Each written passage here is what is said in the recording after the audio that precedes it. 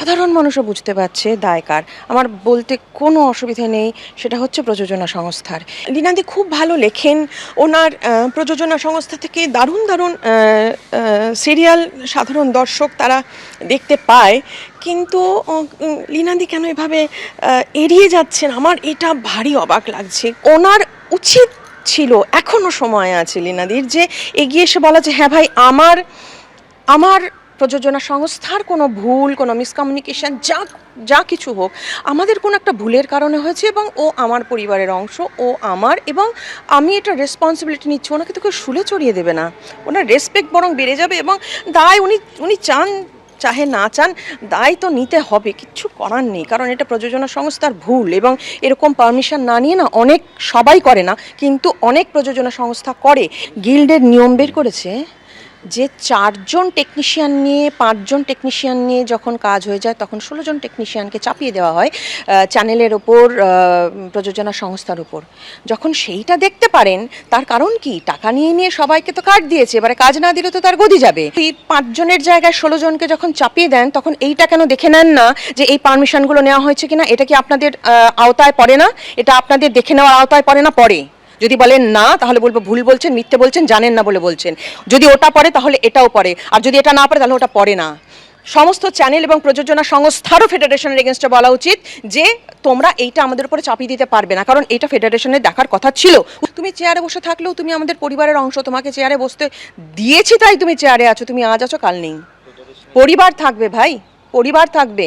মাথা আজকে সরে যাবে, কালকে অন্য মাথা চলে আসবে। কিন্তু আমি প্রাক্তন পুলিশ কর্তা সলিল ভট্টাচার্যের কাছে শুরুতেই আসবো। আমি এই আলোচনায় দেখাবো যে গতকাল লীনা গঙ্গোপাধ্যায়, মানে যার প্রযোজনা সংস্থা এবং এই প্রযোজনা সংস্থার অন্যতম কর্ণধার যিনি লীনা গঙ্গোপাধ্যায়, একেবারে কার্যত দায়টা পুরোপুরি ঠেলে দেওয়ার চেষ্টা করেছেন রাহুল বন্দ্যোপাধ্যায়ের বিরুদ্ধে। আমি বলছি গোটা বিষয়টার ওপর এখনো পর্যন্ত প্রযোজনা সংস্থা বা প্রযোজনা সংস্থার কর্ণধারের বিরুদ্ধে কেন কোনো তদন্তের আওতায় আনা হবে না, কেন এফআইআর দায়ের করা হবে না? সলিলদা, দেখো, সবচাইতে দুঃখের কি জানো তো, আমি প্রথম দিন থেকে রাত্রিবেলা থেকে বলছি, এটা একটা gross criminal negligence.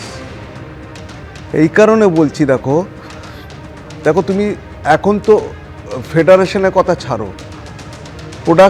Production authority যারা এটাকে অর্গানাইজ করলো, তাদের উচিত ছিল ওই ওখানকার কোস্টাল অথরিটিকে খবর দেওয়া, তাদের পারমিশন নেওয়া, এবং ওখানে সবচেয়ে বড় কথা লোকাল পুলিশ স্টেশনে জানানো, সেখানকার লোককে জানানো, এবং ডেভেলপমেন্ট অথরিটি তাদের জানানো।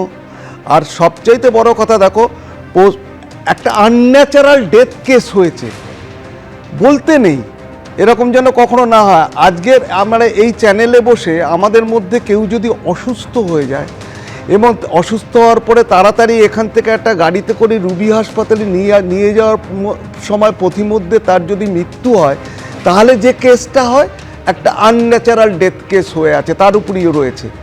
কেন ভারতীয় ন্যায় সংহিতা অনুযায়ী তার এগেনস্টে একটা ক্রিমিনাল নেগলিজেন্স কেস স্টার্ট হবে না? ইমিডিয়েটলি করা উচিত। এবিপি আনন্দ, এগিয়ে থাকে, এগিয়ে রাখে।